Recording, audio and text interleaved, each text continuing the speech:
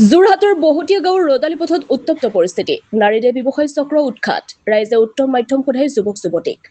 আৰক্ষীক খবৰ দিয়াৰ পাছতে তিনি যুৱতী আৰু এজন যুৱকক আটক কৰে আৰক্ষীয়ে। পলায়ন কৰে কেইবাজনো যুৱক আৰু যুৱতী। News desk AIN live.